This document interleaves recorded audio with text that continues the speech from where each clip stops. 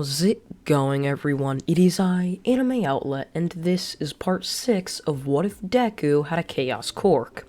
And now, before we begin, I would just like to spread the word that on December 1st at 6 p.m. Eastern Time, my first ever Naruto What If is going to come out, called What If Naruto Had the Rinnegan. So if you're interested in that, please watch out for it, as I'm gonna try to make this one of my best ever what ifs. So yeah, and now, let's begin. All of Izuku's classmates would stare on towards the limp body of All Might, who was sitting in a hospital bed. Meanwhile, Izuku would be staring, with his eyes fixated on All Might's body. Just echoes of words would go throughout his head, twisting Izuku's thoughts, causing him to go deeper down into insanity. He would stare on towards the shiny yellow hero's body, thinking to himself, should I do it? Should I kill him? All of the sudden, without even realizing it, Izuku would teleport right beside All Might's body, his arm raised up, his white energy radiating around his hand, as he would slash down, cutting All Might's head clean in half. As all of his classmates would stare on, looking at him quite in shock, wondering what was wrong with him, what had happened to Izuku. Bakugo and Todoroki would both jump in, holding Izuku down, as Izuku would be shaking his head. What happened? He'd mumble to himself, as both Bakugo and Todoroki would be looking at Izuku, just asking him what the hell was that? Why did he kill All Might? Why did he kill their teacher? They didn't understand it at all. Surely Izuku wasn't a villain, right? Right? They would all question themselves in their head. They didn't understand it at all.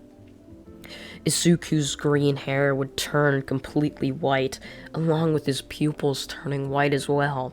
He would stand up, looking towards all of them, pushing Todoroki and Bakugo off of him. It was the smart choice to do, Izuku would say in a cold voice, as all of their classmates would stand there quite confused. They were in UA and no guards were there protecting All Might's body. However, when flatlining or the heart monitor went flat, Recovery Girl would rush in to see Izuku standing there with both Bakugo and Todoroki down on the ground, with him standing over them. She was confused, pushing past everyone, going on, looking towards All Might. As she would see All Might's head cut clean in half, she would look around wondering what was going on, like any sane person would do. She was confused. She had just seen someone that she had seen basically grow up and grow into the #1 hero, and she had just basically seen him die too. She was honestly so confused. However, this confusion would end as Izuku would look towards her, basically giving her a look that just said, I did it, before he would put his hand into a finger gun position, firing back as a small ball of chaos would hit Recovery Girl right in the forehead, causing her to disintegrate into nothing. All of Izuku's classmates would stare on towards Izuku's power, just kind of confused. He was a god. They had all just stared at him as with, nothing, no power at all. He had just basically completely disintegrated Recovery Girl. As this would be happening, Izuku would push past Bakugo and Todoroki, along with the rest of his class, walking down the stairs, as all of them would start trying to do attacks, however Izuku would merely just block them. When will you all realize that happy-go-lucky person that you thought was real never really existed? Izuku would say with a cold voice, walking down the stairs of UA. He would make it to the front as there stood Mei Hatsume, waiting for Izuku to basically get out of school. As she would stand there, she would see all of the kids attacking him. She would rush over to help, only to realize this wasn't the Izuku she knew. This was completely different. Izuku would look at her for a moment before pushing her aside as well. She would look at him with tears going down her eyes, but couldn't say a word at all. She was just too heartbroken to see one she thought she had known walk right past her. As Izuku would make it outside of the gates of UA, he would create a ball of pure chaos in his hand. He would be holding his wrist, trying to stabilize it, before he would wind it back like he was pitching a baseball, throwing it right at the UA building, completely disintegrating it, causing for Nezu and all the teachers inside to fall to their deaths. As this would be happening, Izuku would then look towards them, turning around. "Are you all done?" Izuku would say in a cold voice. They would look towards him, honestly just confused and weirded out at this point. They didn't understand what was happening. They didn't fully grasp that their school they had gone to was completely gone. It wasn't going to come back. Izuku would stare on, looking towards them, or he would end up creating another bubble within his hand. He would look towards them as all of them would then have a force field go around them. Izuku's hair would flash a green right back as he would smile looking towards them. His hair now green, his hand out with a white chaos orb. "Goodbye," Izuku would mutter, as the chaos orb would absorb itself into the force field, as all of them would then disappear, completely gone. As Izuku, not caring at all, with Mayatsume staring on, knowing that she had to do something to stop this, she would rush towards Izuku, grabbing hold of him, yanking him backwards, yelling for him. "Stop, Izuku!" she would yell. "You can't do this!" Izuku would turn around. "I can't do what?" he would say, his hair now back to white. He would look towards her, wondering what she was talking about, before pushing her to the ground. "Please, don't make me laugh," Izuku would say.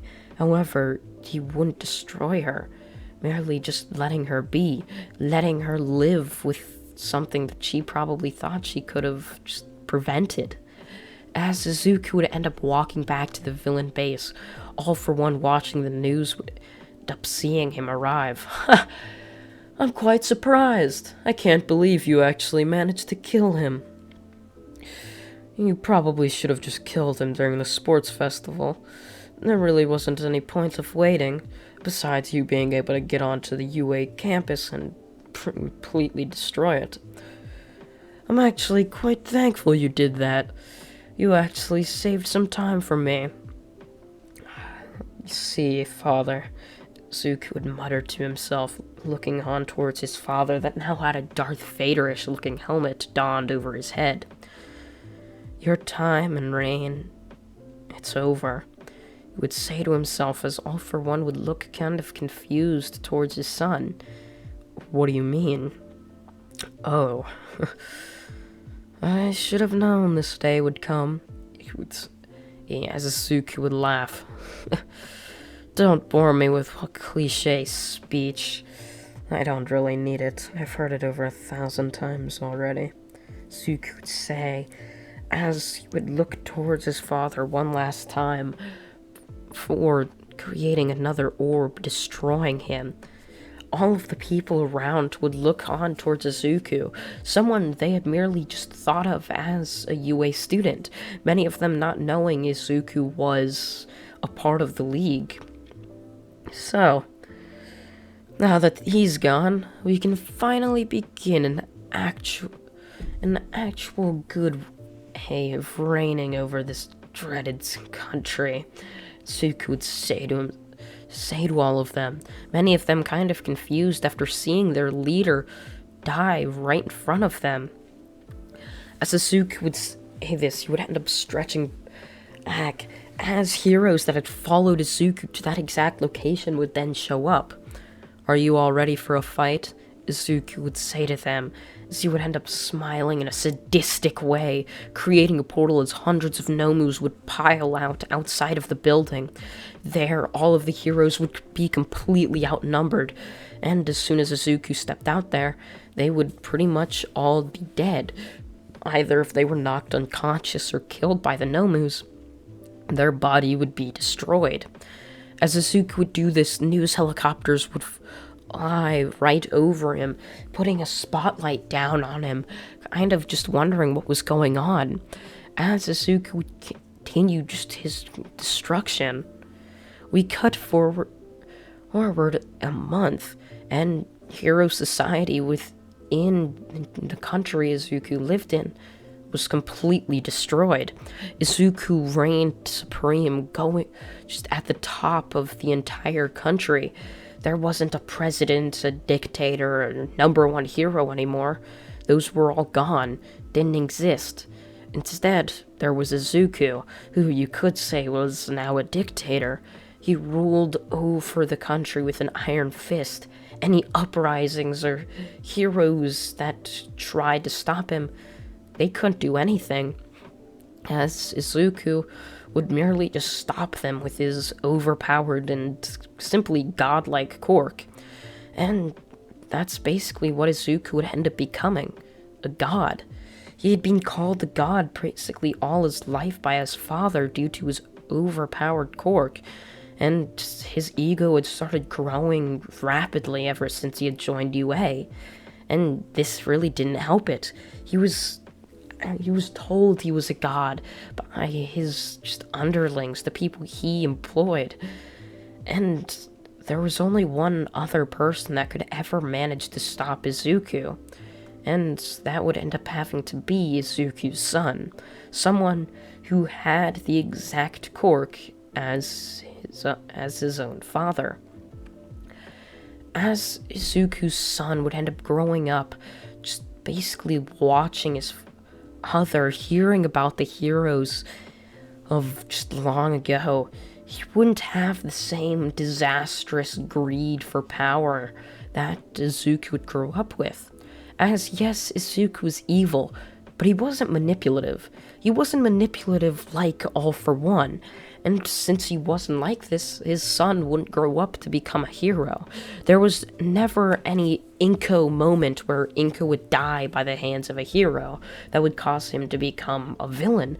There was no reason for that. He had just grown up a villain, and he really didn't want to be one any longer.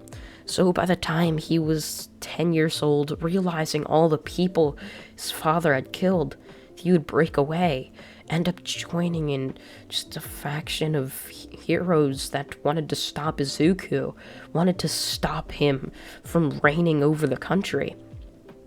And their whole point was around Izuku's son, training him for 10 years, and it would finally pay off, as Izuku's son would sneak back into just his house late at night and would end up fighting him.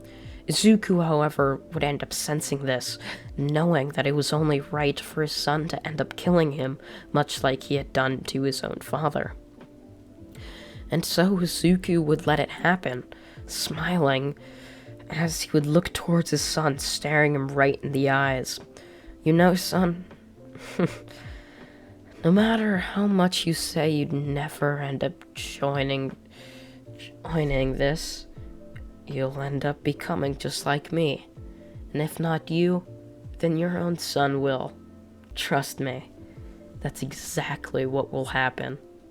And that is where What If Deku Had a Chaos Quirk comes to an end. I hope you all did enjoy it, and I hope you all did enjoy the series. It was really, really fun to make, and I haven't really done a villain ending in quite a while. So, once again, I hope you all did enjoy it, and if you did, please consider subscribing. It really does mean a lot, and help this channel out so much. So yeah, I thank you all for watching once again, and goodbye.